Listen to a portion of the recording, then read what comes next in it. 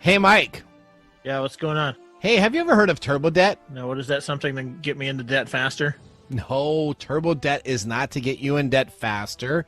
It's to help you get out of debt. Do you have over $10,000 in credit card, personal loans, medical, or payday loans? Of course I have debt. That's the American way. Au contraire, mon frere. Turbo debt will give you the option to break the debt cycle and start putting money in your pocket. That's awesome. Over 70% of Americans die with credit card debt. Do not let this happen to you. Turbo debt will give you an option to break the debt cycle and start putting money in your pocket. That's awesome. If you have over $10,000 in credit card debt and personal loans, medical, or payday loans, they can help. Go to turbodebt.com/techtime. Again, that's turbodebt.com/techtime, all capitalized, for a free consultation today. TurboDebt is a proud sponsor of this week's episode of TechTime Radio. Broadcasting across the nation from the East Coast to the West, keeping you up to date on technology while enjoying a little whiskey on the side, with leading-edge topics, along with special guests, to navigate technology in a segmented, stylized radio program. The information that will make you go, Pull up a seat, raise a glass with our hosts as we spend the next hour talking about technology for the common person. Welcome to TechTime Radio with Nathan Mum.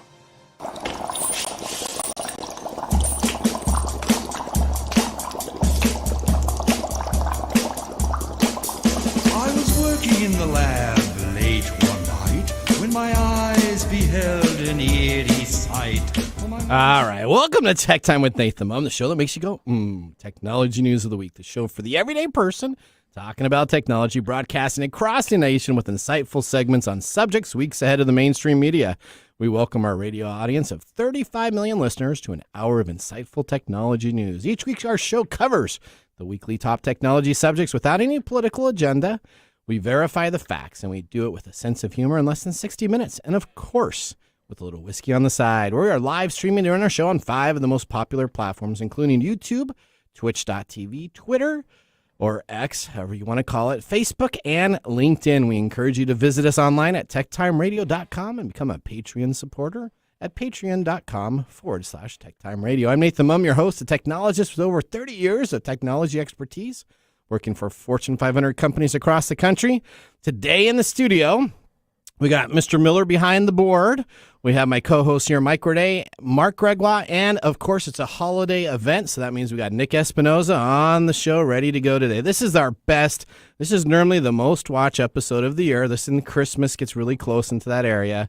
It's because we are all dressed up and in spirit. I don't know why you want to believe that. For this. So we got Mike, you are a king. You are the king of the kingdom. I'm at least the king of snark. Okay, we got the king of snark here. We got myself. I am dressed up as an idiot. As a pumpkin, though. We call it a pumpkin. And Mark's dressed up as you'll see him when he comes on in here as a interesting little witch type of deal. And we got Mr. Miller. Pippi Longstocking on Halloween. We got Mr. Miller dressed as a 2003 radio engineer. So there we go. All right. Mike, you're an award-winning author, right? Originally from Arizona. Mike is a human behavior expert living in the Seattle area with a master's degree in forensic psychology. Mike is here to keep me from geeking out while providing insight into human behavior and how it interacts with technology. Marc Gregoire is our whiskey connoisseur and a senior technical executive with a 30-year record of establishing technology solutions.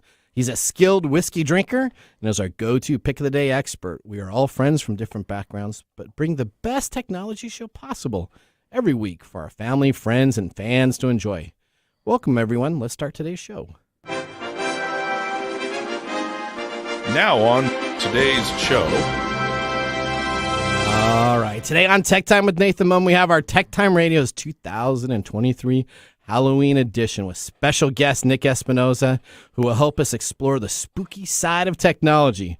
Our theme for today is much like the Five Nights at Freddy's, with scary mechanical robots taking over not just a pizzeria, but the world itself. We will discuss some of the most spine-chilling topics in the tech world. First up, we'll explore whether AI is Frankenstein's monster or just the introduction of Skynet. We'll also discuss whether the UNIVAC's ghosts still haunt old computer labs as one of the earliest computers ever built, considered to be one of the scariest predictors of future events. Additionally, we'll be talking about the zombie internet, Elon Musk's attempt to get rid of cash, and vampire hackers who are sucking money from businesses and governments. In addition, we have our standard features, including Mike's mesmerizing moment, our technology fail of the week, and a possible Nathan Nugget. And our pick of the day whiskey tasting. During the commercial breaks, we will see if our selected pick gets 0, 1, or 2 thumbs up. Actually, we have all 4 of us drinking it, so we'll see if it gets 4 thumbs up at the end of the show. So sit back, raise a glass, and welcome to Tech Time with Nathan Mum. Now it's time for the latest headlines in the world of technology. Here are our top technology stories of the week. All right, story number 1, the biggest crypto scam case might be coming to an end. Let's go to Mary Stramford for more on the story.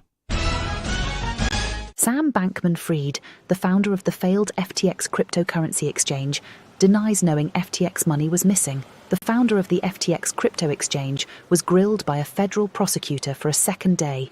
The entrepreneur has been accused of masterminding a years-long fraud to steal as much as $10 billion from FTX's customers, and then funneling the money to extravagant real estate purchases, as well as using the funds to prop up a crypto trading firm, Alameda Research. Over and over on Tuesday, Sam Bankman-Fried denied knowing that billions of dollars in customer money had been misappropriated until shortly before his company collapsed last year.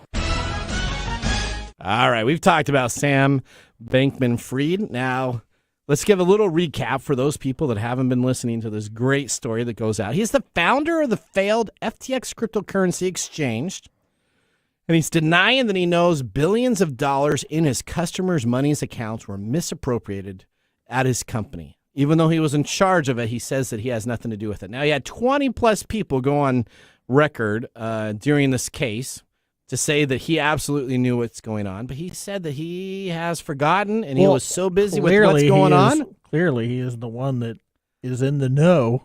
I would think if you're the one that has the bank accounts, you create the cryptocurrency exchange. Now, we've talked about this on our show many, many, many times. There's only one cryptocurrency exchange that we would even suggest you play around with, and that's Coinbase.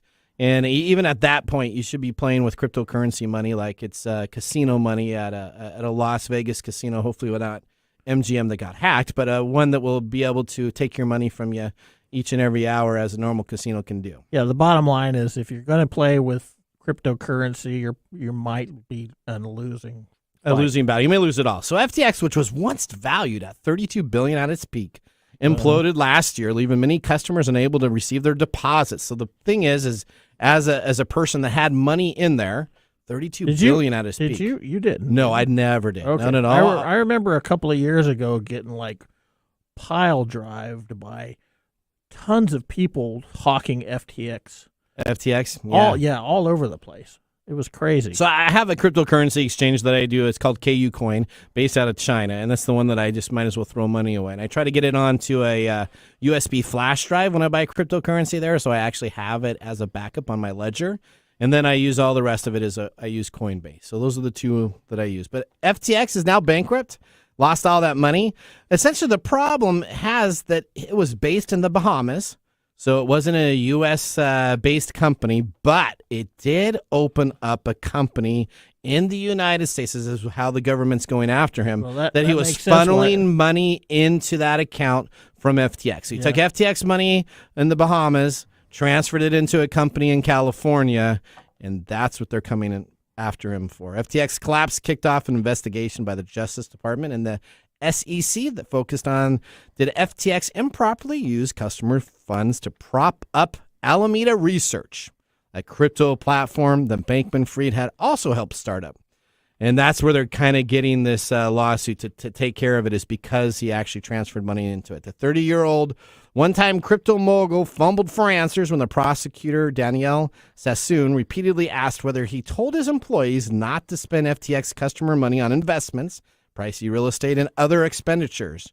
He said, quote unquote, "I don't recall giving any direction." So essentially you're running a company and you have all your employees there. Would you never give direction to your employees if you wanted them to do stuff? Are you just going to walk around all the time and look at the pie in the sky, or are you going to give your employees items to do? Why are you asking me that? I'm just kind of asking that. I don't know how he can say he was in charge of the company and never gave his employees any direct contact. How can all these guys run around saying, well, I didn't know? Now, if Zuckerberg said Everybody it, says that. I Maybe didn't Zuckerberg know. doesn't know anymore because he's kind of a weirdo now. So I don't. But We've had that all the way up to the present. I don't know. yeah, so there you go. Mike, Mark, what do you think about it? Any thoughts about this? No. Mark is like all done with this. He's going crazy. All right, Mike, we're gonna move over to you. I think for story number 2. Yes. Well, Universal Orlando Resort is testing facial recognition technology for guest entry. Oh, that's your favorite thing to do, isn't My it? favorite thing, and I have a dry throat. It's begun testing a new facial recognition technology dubbed photo validation as a potential replacement for the current thumbprint scan used at park entrances. Technology is designed to streamline park operations and enhance the guest experience by providing a seamless, contactless entry process. The software quickly and accurately identifies guests that as they enter the park, which I am skeptical of. Okay. Well, I'll tell you, it's got to be better than what I don't have fingerprints, and I was just down there like 4 months ago with the family, and every single time I tried to get into the park because they want your ID to be associated, I had to show my ID because my fingerprints have been sawed off. I was a cook at the Royal Fork back in my day, and I just that's okay. seize them, so. That doesn't happen. But Okay, all right. okay. Thanks for letting us in on that one. Okay, so The this will facial be good rec- for me then, right? Huh? This will be good for me because then it just Sure, sees my why face. not? Yeah. Facial recognition software works by capturing the facial images of guests as they approach designated entry points. The images are then matched against a database of pre-registered guests, verifying their identity within seconds. This process is designed to minimize wait times and provide a high level of security for all visitors. Does it help you open your iPhone at the park too? I don't know.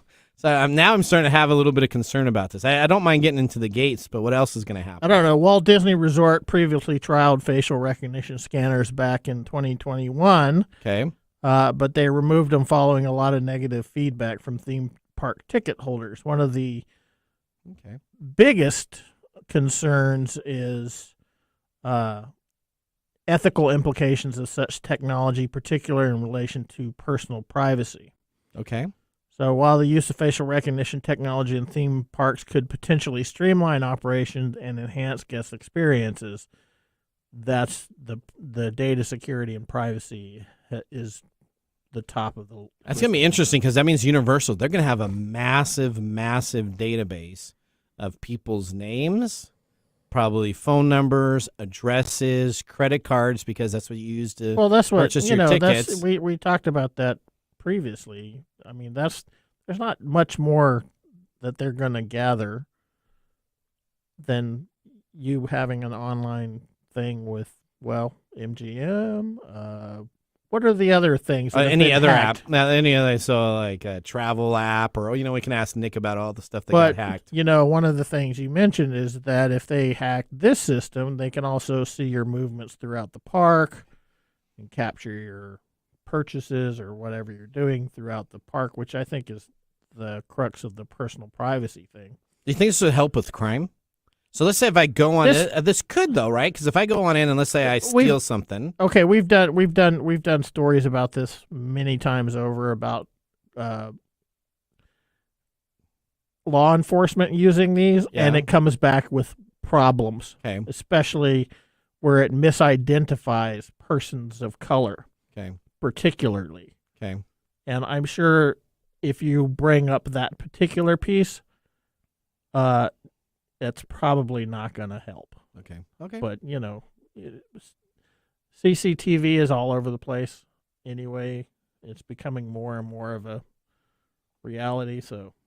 It's pretty tough nowadays. I think about back in like the 80s when you used to be able to rob a bank in the 80s or something. I'm just going to use that as an example. You'd have the closed caption TVs on the banks, right? But is that what you did in the 80s? No, you just robbed banks? No, I didn't rob any banks. Okay. But if you think about that, the technologies, you'd have the cameras in the banks, and you may have a couple cameras on the road that you're going on out. But you don't have like these blink cameras. You don't have these like door. Everybody has a camera. They do. So now if you steal something, you can go to your neighbors. You can go to other places. I mean, you can put a digital track of finding where those criminals are. Sure. So don't come into our house with our like 40 cameras because as soon as you walk up the driveway, Man, it's going off, and my Alexa system is beep, beep, beep, beep, beep, beep. It's telling you all about it. All right. Well, Okay. there you go. So that's what's happening at Universal. Do you like facial recognition, Mike? I'm always ambivalent about all these things because Yeah. they have potential, but they're often problematic. And it's the problematic piece that I have an issue with. Okay, that makes sense. All right, let's move on now to story number 3. Elon Musk gives employees 1 year to replace their bank account. Let's go to our Tech Times Tom Geiken for more on the story. Elon Musk says X will take over the world as the one and only app, saying it will replace cash. Musk, ex-owner, has given employees of the social media platform 1 year to replace their bank accounts, saying they will no longer need them. At last week's X's all-hands meeting, Musk made it clear that he wants X to be the center of the financial world, handling anything in life that deals with money. The features that will enable X to handle payments is expected to launch by the end of 2024. That's not at all spooky. Back to you in the studio. Yeah, that's not as spooky at all. So we got a 52-year-old Elon Musk. This guy is just gold for media. Here's what he told all his employees during his all-hands meeting. So just think of this. All-hands meetings when the whole company gets together. You're either seeing him live or you're live streaming it, so you see what's going on. Everybody's like, rah, rah, rah, rah, rah. Yeah, this is the problem with delusional reinforcement. What's that? That you can start getting away with talking about this stuff like it gets worse and worse Like it and gets worse worse? because you have all these people around you going, yeah, let's do that. Yeah, you can do it. Well, here's what he said at his Thursday meeting. He said that the people will be surprised at just how powerful X is going to be. When I say payments, I actually mean someone's entire financial life, Musk said, according to audio obtained from the meeting. If it involves money, it'll be on our platform. Money or security or whatever. Of course, he doesn't really know. So it'll just be like spending $20 to my friend. Instead of doing that, now you won't need a bank account. You will just use X. This is coming some weeks after Musk announced plans to add video and audio call features to the app.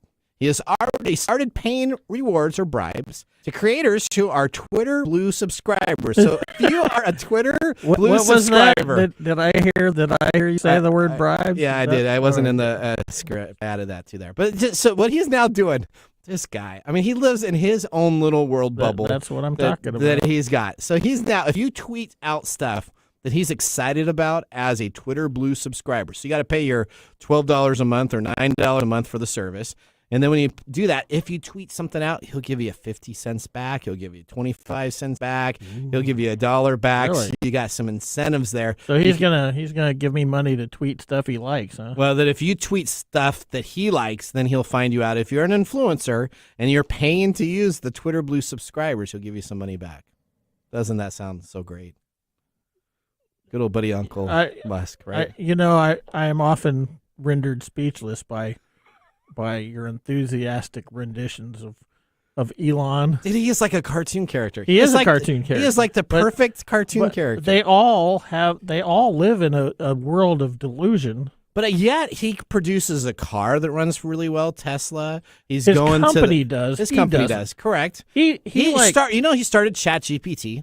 He started that startup company that essentially created ChatGPT.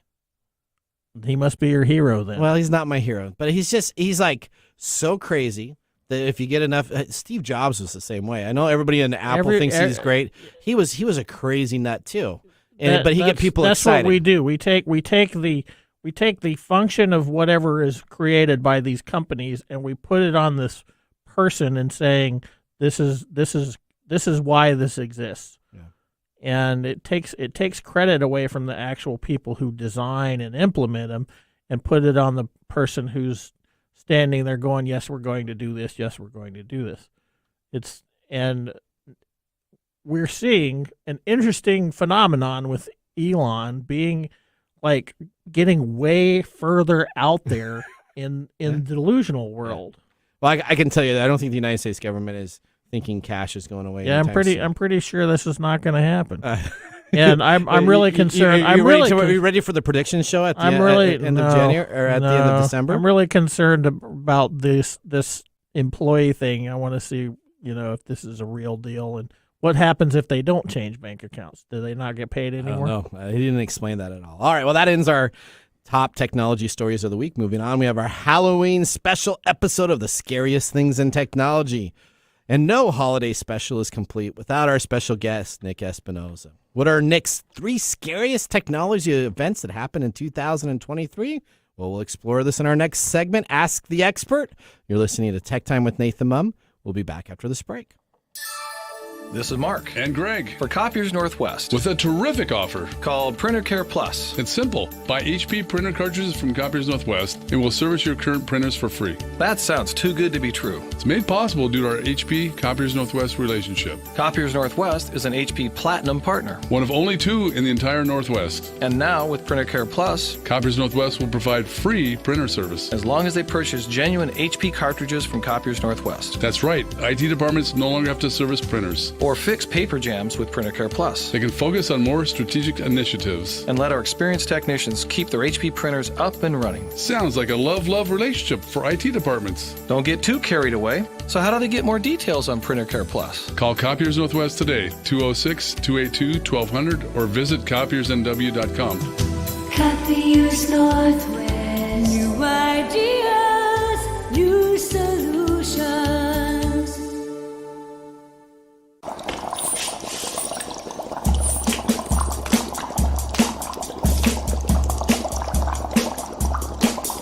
I was working in the lab. All right, welcome back to Tech Time with Nathan Mum. Tech Time's a weekly hour technology show that talks about current technology in a simple format without having to geek out. Brought to you by myself, Nathan Mum, and Mike Day.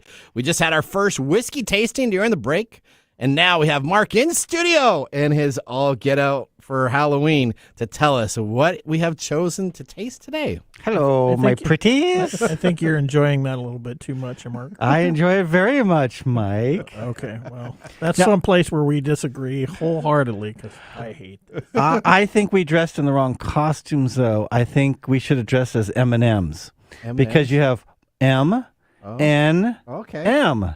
Oh, that would Mike, That's clever. Nathan, That is- Mark. Oh, that's Yeah. really Yeah. clever. We should have done that. That's All right, clever. There you go. We'll do that next year. No, we're not. Yeah, we will. No, don't get any ideas. All right, what are we tasting today? We are here? tasting Colonel E.H. Taylor Jr. Single Barrel.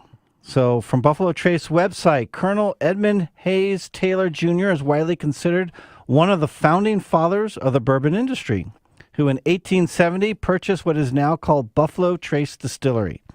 Many of the barrels selected for the E.H. Taylor Jr. single barrels are aged in Warehouse C, which was built by Taylor in 1881 and proven to be an excellent aging warehouse. Each barrel is handpicked and bottled in bond at 100 proof to honor its namesake. The aroma carries lightly toasted oak, dried figs, butterscotch. One sip brings flavors of sweetness balanced with tobacco and dark spices. The finish is just long enough to prepare the palate for another sip. Now, this is released by Sazerac Company. It's distilled at, as we mentioned, the Buffalo Trace Distillery in Frankfort, Kentucky. It's straight bourbon. It's aged at least 4 years, though it is believed to be 7 to 12 years. It is 100 proof. It's an unknown mash bill, but we know it's a low rye mash bill, so less than 10%. And it sells for an MSRP $70, but on the secondary market, it goes for up to about $225. Wow. So have I tasted an E.H. Taylor before? You have tasted the small batch. A small batch. And I think I like that one, if I remember. Well, I like a lot of I those. believe you both gave that one a thumbs up. Okay, because this is, you know what? This is a little different. We were just talking about this. Mike, what was your first take on this? It's kind of just a borderline. The initial taste is harsh. It was harsh, yeah. I don't know if I liked it as much. I don't know. The finish is nice. Is it? Yeah. I still have a little bit. I got little burnt coals on my pumpkin tongue. I'm still tasting it. Okay, all right. Well. Yeah, well, it doesn't have any peanut butter in it or jelly or anything like that. So, okay, wow. So it's not Nathan's favorite. I can tell Mark must like this. There you go. I was kind of. I'll be back later with the mumbles, and they're a little spooky. All right, okay. Well, with our first whiskey tasting completed, let's move on to our feature segment of our spooky Halloween episode. We have our technology expert, Nick Espinosa, joining the show. He's an expert in cybersecurity in network infrastructure. Nick Espinosa has consulted with clients ranging from small business to the Fortune 100 level. In 1998, at the age of 19, Nick founded Windy City Networks, later acquired in 2015. Then he created Security Fanatics, where he is the chief security fanatic. Let's welcome Nick to our video stream and start our next segment. Welcome to the segment we call Ask the Experts, with our TechTime Radio expert, Nick Espinosa. All right, we're excited to have Nick being brought up here. Hi, Nick. Nick, Hey, how are you doing today? I'm all right. I'm just watching all the kids steal my candy from the front door. I'm here, not hanging out with them. Oh, you're not hanging out? Did you just put a bowl out there? So explain it to me. What do you have going on with that? I got a bowl with no instructions and a camera, and I'm hoping Okay. I keep the bowl at the end of the night. That's all I'm going to say. So if you can keep the bowl, then you've survived the evening really win. well. It's a win because Lord knows I don't want candy in the house or I'll eat it. Can I also say, purely my opinion, one, that dude from FTX is so unbelievably guilty. And I'm just going to say, I knew something was wrong with FTX when I would order Chinese food, like to have it delivered, and the fortune cookies on the back of like the little fortune were FTX. Branded logo. Were they the logo? Right. They were advertising in fortune cookies? Yeah. Whatever. Yeah, FTX. Yeah. How can you run a company and tell your employees you never once told them that they needed to take care of payments or they needed to take care of that? He forgot everything. I have no idea why you guys don't believe him at all. Culture is top down, right? Yes. You lead from the front.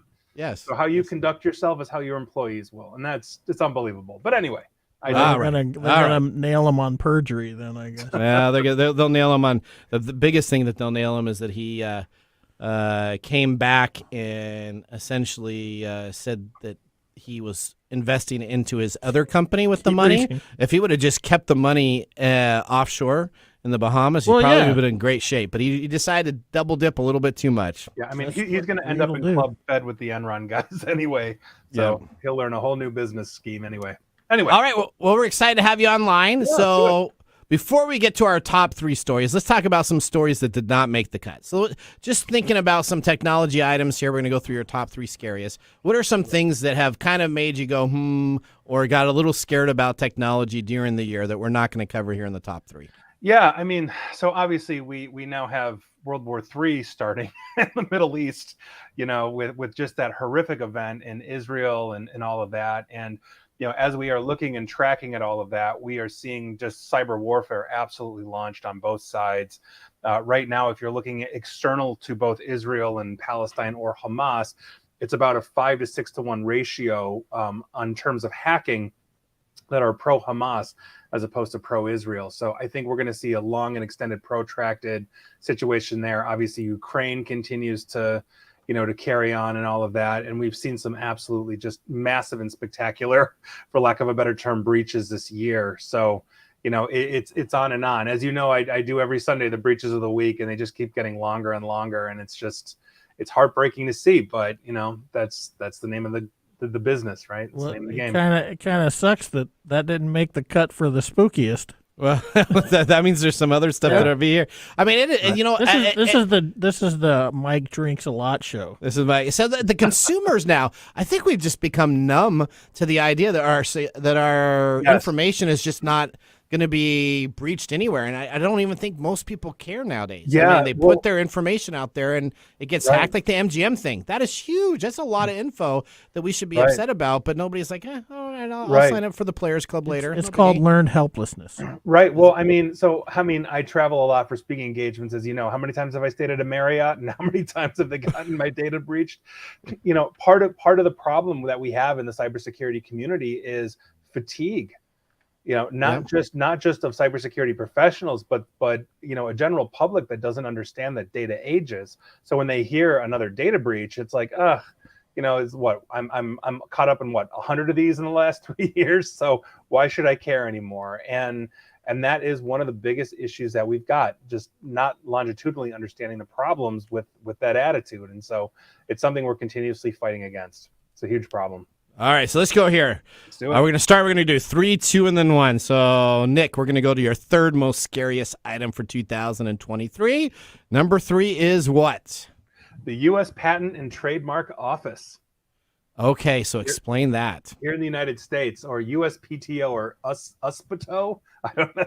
The government loves their acronyms. So that said, the Patent Office announced, basically, this is like late June, early July, that they had suffered a data breach, and thousands of trademark applicants actually for the past 3 years have been affected. And so we're talking about 61,000 plus U.S. citizens that have applied for trademarks or patents, and that's roughly, for the record, about 3%, that have applied. And interestingly enough, I've also applied for trademarks this year, so on some new stuff. So here we go. Now, interestingly enough, this leak was caused by an error in one of the Patent Office application programming interfaces, also known as APIs. Now, if you don't know what that is, it's basically a piece of software that allows two systems to communicate. And it's a handshake, right? So you got a Microsoft application and some other crazy application. You want them to work together. Right. The API helps adhere to the standards for each of those to make things transfer.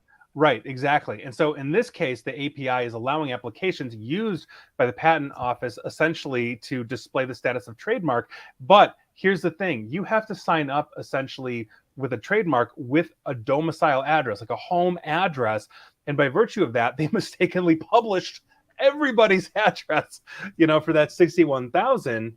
And here we are. So obviously that's a huge problem for those. And for the record, when we're talking about patents and trademarks, we're talking about intellectual property. And these are things that are ripped off worldwide. And so this is actually a rather serious problem that completely flew under the radar, which is why I'm bringing it up here today. So let me ask you about this. So let's say I'm a tech company and I decide to submit for a patent or a trademark, and it's something that I'm going to mass produce into some technology secret sauce that I have. Essentially, the organization that did it, let's say hypothetically it was China or another company or another country that did that, then they would actually get the patent that I submitted, so the technology that I submitted and the information I submitted. Do they actually breach and get that information, or did they just get that I was applying for a patent with a patent number? So from what I understand, they actually got all of your information in terms of where you live, email address, how to get a hold of you, et cetera, and also the topic. So for example, let's say you're trying to patent or create a trademark for a brand new widget, whatever that is. They would understand, hey, this might be something we're interested in. And so maybe you become part of a very specific phishing campaign to try to get your intellectual property. And that's the biggest concern here, because again, we're talking about trade secrets that are potentially going through that. And if you've ever been through the trademark process, it's been months and I still don't have my trademarks. Now I have precedent in the sense of like in the legal system, because I've submitted and the government has like, okay, I was number 300 to submit this week or whatever. And so I'm ahead of everybody else that, let's say, tries to submit the same thing I do. But nevertheless, it's a huge, huge problem. It really is. Wow. If that would suck if I just tried to create Nathan Mum widget of X, Y, and Z, and maybe you're irreplaceable, buddy. Well, no, no, I'm just saying my widget would be lost, and then somebody could take it. All right, Nick. So that was 3. Now we're moving on to story number 2. What is the second most scary technology item that we have here in 2023? Well, gentlemen, drop the whiskey and pour yourself a cup of tea, because we're going across the pond to the UK. And what we're talking about here is their Ministry of Defense. This is the equivalent, the UK equivalent of the US Department of Defense. And they were leaking stolen information on military and intelligence sites online. Now, apparently attackers targeted basically their database known as Zuwan. Okay, now Zuwan actually is a third party that handles the physical security for some of Britain's most top secret locations across the entire island and the world, including a nuclear submarine base, chemical weapons labs, listening posts, all this kind of stuff. And these attackers released thousands of pages of data, which include insanely sensitive national security details for the United Kingdom. And for the record, you're thinking, okay, we're here in the United States. The UK is Five Eyes. They are one of our closest, most staunch allies. I mean, forget the fact that, we won that war 250 years ago, they are one of our closest allies. So this is a huge problem. On top of that information, high security prison information was also stolen, meaning you have detention centers around the globe for, let's say, terrorists that the UK has captured. That's all public now as well. Now, the ransomware group Lockbit, believed to be out of Russia, is the one that is claiming this hit. And they're the ones that published a whole bunch of this information. Now, interestingly enough, the United Kingdom, and this is not the first time, they basically had a Windows 7 PC in their intelligence infrastructure that basically got hit from this third-party company in one of their manufacturing machines. Now, if you recall, a few years ago, the Eternal Blue issue in Windows 7 knocked out 80% of the entire UK health system. So this is a big deal. And so obviously this is a huge black eye for literally the entire military apparatus of the United Kingdom, probably our closest ally. Wow. So that's only number 2. Can't wait to get to number 1. Are you excited there, Mike? Mm-hmm. Okay. All right. Here we go. Now, the top story of scary technology items for 2023. I'm sure we just talked about stuff over the pond. I'm sure it's nothing to do with the United States. I'm sure we're taken care of and secure. What is our number 1 item? Don't scare us here, Nick. Well, ditch the tea and get more bottles of whiskey for this one, because, if we're talking about the UK's Ministry of Defense, let's talk about the U.S. Department of Defense, the world's largest and most effective military around the globe.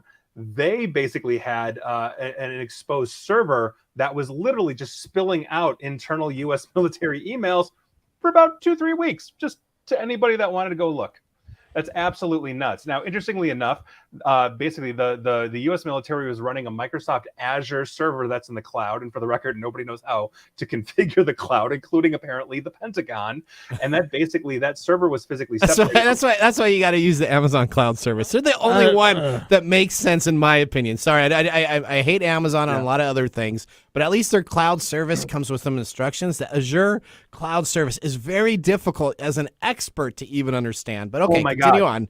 So right. Just on a complete aside, when we were doing cybersecurity assessments and the corporation or organization has Microsoft Azure, we are running a serious check of about 300 plus controls and best practices for Azure. And most IT teams we deal with said, I had no idea. I thought there was like 10. So FYI, yes, completely. I mean, it's like unlocking the Da Vinci Code, trying to figure out that one compared to AWS.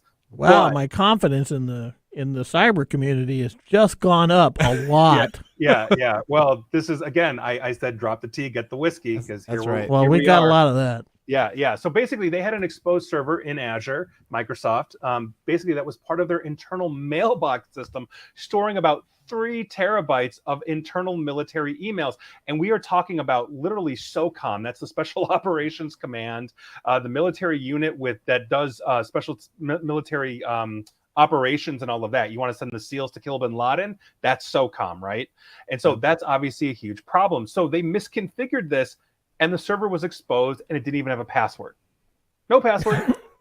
That's it. Not even DOD1 or password 1. Wow. So no password. It was just completely clean open. Years of email. Even the movie War Games, they had a password. They did. They did.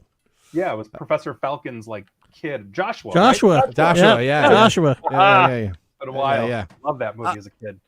Okay, so we have here. So we have the UK government's been breached. We got the United States government that's been breached, and we have essentially all of our patent and trademarks that were submitted to our government sites breached by another country. Wow, that is going to make for a lot of alcohol tonight. Let me just say. All right. So Nick, do we have any hope for 2024 that we're going to get some of these things right? Well, alcohol is still widely available and roughly cheap. Relative to other things, so that helps. No, I mean we're always working on this. We're improving on the artificial intelligence side to find and detect stuff. There was a new executive order from Biden on AI, the White House, on basically having artificial intelligence be developed to find vulnerabilities and fix them automatically. Huge fan of that, for the record. Okay. So we're going to continue to improve. On the other side, it's always cat and mouse, right? They're going to have the bad guys are going to have access to the AI, and they're not going to have scruples. So here we are, and we're walking into a massive disinformation problem in 2024 because if you didn't know, we got a presidential race that's going on, and it's going to get absolutely nuts. So we're going to see it one way or the other coming and going, but here we are. All right, Nick, it's always a pleasure to have you on the show. Thanks for being so much a part of our holiday special. How can people get in touch with you and connect with you outside the show? Always happy to be here. Yeah, and you can basically follow me at Nick AESP on Facebook and Twitter or X or whatever they're going to call themselves next week before they go under. And for the record, Elon Musk lost a ton of trust, so I don't think he's going to get that financial thing off the ground. Or feel free to follow me at YouTube as well, /Nick Espinosa, LinkedIn, whatever. Come say hi. All right, Nick, thanks so much. Thanks, Nick. See you later. All right, that ends our segment, Ask the Expert with Nick Espinosa. Up next, we have This Week in Technology, so now would be a great time to enjoy lots of whiskey on the side, as we'll be doing so during the break. You're listening to TechTime Radio with Nathan Mum. See you in a few minutes. How to See a Man About a Dog. It combines darkly comic short stories, powerful poems, and pulp fiction prose to create a heartbreaking and hilarious journey readers will not soon forget. Read How to See a Man About a Dog, Collected Writings, for free with Kindle Unlimited. Ebook available on Kindle, print copies available on Amazon The Bookpository, and more. And now, let's look back at this week in technology. All right, now Nick kind of queued this up and he doesn't even know it. November 4th, 1952, computer predicts presidential election. Yeah, we've been doing this for a while now. Since November 4th, 1952. As a part of the publicity stunt to help boost sales, Remington Rand collaborated with CBS to unveil its UNIVAC computer, which predicted the results of the 1952 U.S. presidential election between Dwight Eisenhower and Adlai Stevenson on the air. Because of the pre-election polls had the election very close, the publicity surrounding the computer prediction and the winner generated a lot of popular interest. UNIVAC correctly predicted a landslide victory by Eisenhower early in the evening after only 3 million votes had been returned, and they entered it into the system. However, because it was so different than the expected result, the decision was made to hold back the computerized prediction. It appeared that both Remington Rand and CBS feared the computer was incorrect, so they didn't want to take the risk. It was only late in the broadcast, when the continuing returns seemed to indicate that the UNIVAC was in fact correct, did CBS announce the landslide prediction from the computer, and the fact that it had been done so hours earlier. In the end, UNIVAC has came within 3.5% of the popular vote, within 4 electoral votes, and predicted a 100-to-1 odd winner of Eisenhower's victory. The publicity stunt worked so well and became so relatively famous that people started calling all computers UNIVACs in the future. It was also covered in the Superman comic book and a Looney Tunes cartoon. But the next presidential election 4 years later, all 3 major networks were using computers to predict the results. That was This Week in Technology. If you ever wanted to see some tech time history, with over 170 weekly broadcasts spanning 3+ years of video, podcasts, and blog information, you can visit techtimeradio.com to watch our older shows or join our Tech Timers Facebook group to watch us live all the time. We're going to take a commercial break. When we return, we have Marc's Mumble Whiskey Review and our technology fail of the week, and we're going to see 5 different items on that technology fail. See you after the break. Hello, my name is Arthur, and my life's work is connecting people with coffee. Story Coffee is a small batch specialty coffee company that uses technology to connect people to each product resource, which allows farmers to unlock their economic freedom. Try our Medium Roast Founder Series coffee, which is an exotic bourbon variety that is smooth, fresh, and elegant at storycoffee.com. That's STORI coffee.com. Today you can get your first bag free when you subscribe at storycoffee.com with code TechTime. That's STORI coffee.com. The segment we've been waiting all week for, Marc's Whiskey Mumble.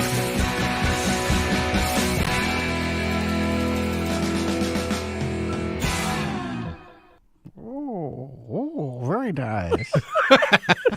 Marc's getting into his character over here. How you doing, Marc? No, stop it, please. You guys are looking tasty. Okay, all right. Well, it's your mumble Okay, time here. now it just got Marinated in cranky. some bourbon. Oh, that's right. Hey, what we got going on today? Well, what are we celebrating today besides Halloween?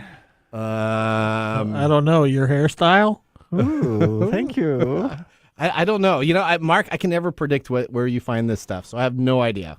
He just makes It could be National Raisins Day for all I know. But, what do we have? got one word, 2 words. It's National Something Day. Okay. At least you got that right. Okay, what is it? Today is National Doorbell Day. Oh. National Doorbell Day is celebrated on October 31st annually to recognize the buzzer bell, chimer, melody tunes, and so on, beckoning us to whatever there is a guest at our door. When kids come to trick-or-treat on us on Halloween, it's the humble doorbell that announces their arrival. Get ready to welcome Halloween with the doorbells. All right. Okay, that makes sense. That's actually a holiday that kind of makes sense with the day that goes through, right? Sure. Okay, all right. All right, well, let's talk spooky. Let's talk ghosts now. Okay. So specifically, ghost hunters back in 2014 investigated one of the oldest distilleries in America, Buffalo Trace. Oh. At Buffalo Trace, spirits fill the bourbon barrels and haunt the halls. So here are the ghosts of Colonel Blanton, a former distillery president who died in the distillery's mansion. Could be the apparition that has been seen and heard lingering on the site. In Warehouse C, where our bourbon today comes from, there are cold spots. Employees have heard strange voices and seen other spirits in that warehouse. Ooh. One man even heard a voice whispering to him to get his men out. He listened, and just as the crew left, an entire wall fell down. Wow. Okay. All right. So for E.H. Taylor Jr. single barrel, we must remember, though, that these are single barrels and not batched. Okay. So there will be some fluctuation between the bottles you find. Now, this particular one, people have said it's a little off profile. Okay. But even with that said, I found them to be fairly consistent. And even though there's some variation, I personally find them all very delicious. I am a little biased as I enjoy the E.H. Taylor line from the small batch all the way up to the barrel proof.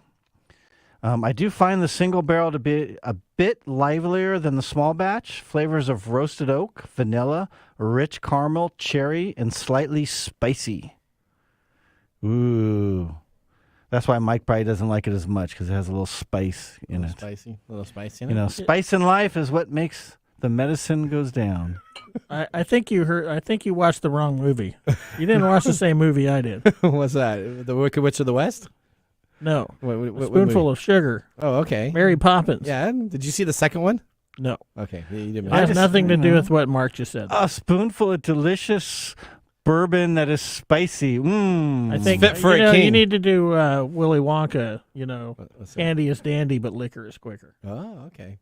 All I do is I keep on looking at you, and I just think of Age of Empires. Do-do-do. That little saying that you get. Okay, never mind. All right. Well, Marc, there you go. Thanks for the mumble. You are welcome. As always, whiskey and technology is such a great pairing, just like the pairing of Dracula and Frankenstein, both considered Halloween's most famous characters. Are you sure about that? I am sure about that. There was a big fight about it online, but I put it in the chat GPT, and that's what it told me, so I believe everything I read on the internet. All right, now let's get ready for our Technology Fail of the Week, brought to us by Elite Executive Service technology experts to help out a technology fail. We are out of time. Congratulations. You're a failure. Oh. I failed, did I? Yes. Did I? Yes. Did I? Yes. All right, our technology fail comes to us from the technology graveyard with 5 haunting failures where ghosts still haunt today. We're going to start out with the HD DVD, originally called Advanced Optical Disc. Under joint development from Toshiba and NEC, the HD DVD could only store 3 times as much information as a DVD, and it couldn't keep up with the Blu-ray drives and essentially 10x the information. We are putting our sadness into the grave for HD DVD. Our next thing, 3D TVs. CES 2010 said 3D TV is perfect for money making and will soon revolutionize everybody's television. So how come the 3D future never came into fruition? One of the reasons, you had to wear glasses. So since 2017, even the most popular people of 3D, Samsung, has not produced a unit. It has stopped making 3D TVs in 2015 until glass-free 3D TVs hit the market. This market is dead, but be careful because this could be a resurgent like zombies, because just like the QR code trend, is now picking up again. You see all the QR codes available? This could be the trend that happens next. We'll talk about BlackBerry. At the height of its power, BlackBerry, founded in Waterloo, Canada, was the original research in motion, state-of-the-art telephone/paging unit. Now BlackBerry is nothing but a past, and in 2006, the BlackBerry Pearl was sent to rest because of this new Apple groundbreaking invention called the iPhone. Amazon Fire Phone, have you heard of that? Nope. Well, it was only around for 2 months. Essentially, the Amazon Fire Phone is essentially nowhere to be found anymore. The Fire was announced on the 18th of June 2014, and they sold a total, they say, of about 35,000 phones ever. Amazon later admitted that they had an error in its pricing strategy because it came on out as a super priced phone, and no Fire Phone has ever existed or thought about at any time later. Essentially, Jeff Bezos lost $170 million thinking phones was the next feature. Oh, that's chump change. All right, and the last thing, an 8-track cartridge. My parents had a truck with an 8-track player, and it's true. The automotive industry loved the 8-track machine. Bentley and Rolls-Royce fitted them, and they're part of their standard selection for years, but 8 tracks were not void of drawbacks. You know, these clunky 5 1/4 by 4-inch plastic pieces of heaven could play great music, but we're no longer able to be keeping up with the technology of this thing called a tape player. That was our 5 technology ghosts. We're going to head out to a commercial break. When we return, we have Mike's mesmerizing moment and our pick of the day. See you after this. Hello, my name is Arthur, and my life's work is connecting people with coffee. Story Coffee is a small batch specialty coffee company that uses technology to connect people to each product resource, which allows farmers to unlock their economic freedom. Try our Medium Roast Founder Series coffee, which is an exotic bourbon variety that is smooth, fresh, and elegant at storycoffee.com. That's STORI coffee.com. Today you can get your first bag free when you subscribe at storycoffee.com with code TechTime. That's STORI coffee.com. This is Mike's mesmerizing moment, presented by Story Coffee. Visit storycoffee.com. All right, Mike, here's your item for your mesmerizing moment. What is the scariest technology story for the year that we have covered that makes you scared of technology? Well, I don't think we need to really sift through a lot of stuff. The most concerning thing for me has been the AI stuff. Okay. Like a lot of people, AI is super concerning to me, and it's not so much the AI itself, it's how people will use the AI and all the natural errors that will be involved by the persons that program the AI. Okay. So because it's become such a hotly debated and utilized resource, I mean, I went to an in-service this past week, and one of the big deals was AI. Yeah. So we had to sit and listen to people talk about all this massive awesomeness of AI. Did you raise your hand and say, hey, I got a radio show, and let me just tell you, you're a little off on some of it? No, I just let them talk and, listen to some stats and stuff. And it's just concerning. But it's the way that it's going to be used, which is the worst part of it. Because that is considerably more insidious than I think we are ready for. So I enjoy it, but I still use it with guardrails, right? So everybody should use it with guardrails. A lot of people aren't, though, right? That's the problem. That's the people problem. Won't use the guardrails. I mean, that's what we were talking about at this thing was there's a creativity factor in it that you can program it for. Yep. It either stays factually based with only the information that is placed into it, or it's got a creative, or it can create information. And you got to be careful when you problem. do it. Yep, no, that's right. All right, okay, that's great. Well, now let's head on. Thanks, Mike, for that. That's good having you back. I missed you last couple of weeks. Yeah, I've been working. I know. Well, I'm glad you're back here. You're working hard here too. Let's move on to our Nathan Nugget. I'm of the drinking week. hard here. This is your Nugget of the Week. All right, this is our Nathan Nugget. Nothing is more scarier than zombie internet.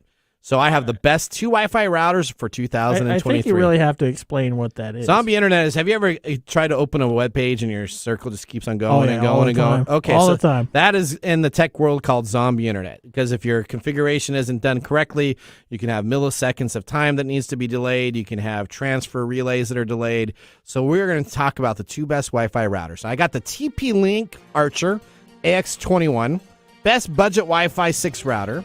This is available for under $200, and if you want to move up to the Lynx Hydra Pro, that's essentially more than $200, and those are my 2 top picks. It's the TP-Link Archer AX21. It is the best Wi-Fi router available. Find it online or go to TechTime Radio and you can find it.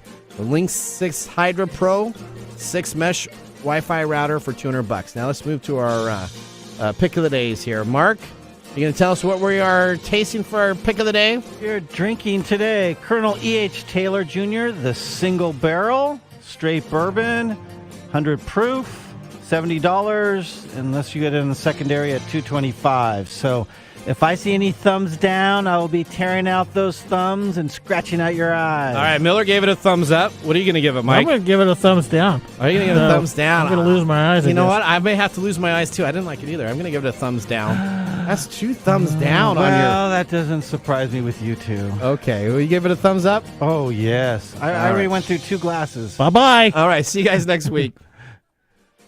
Thanks for joining us on TechTime Radio. We hope that you had a chance to have that moment today in technology. The fun doesn't stop there. We recommend that you go to techtimeradio.com and join our fan list for the most important aspect of staying connected and winning some really great monthly prizes. We also have a few other ways to stay connected, including subscribing to our podcast on any podcast service, from Apple to Google and everything in between. We're also on YouTube, so check us out on youtube.com/TechTimeRadio, all one word. We hope you enjoyed the show as much as we did making it for you. From all of us at TechTime Radio, remember, mum's the word.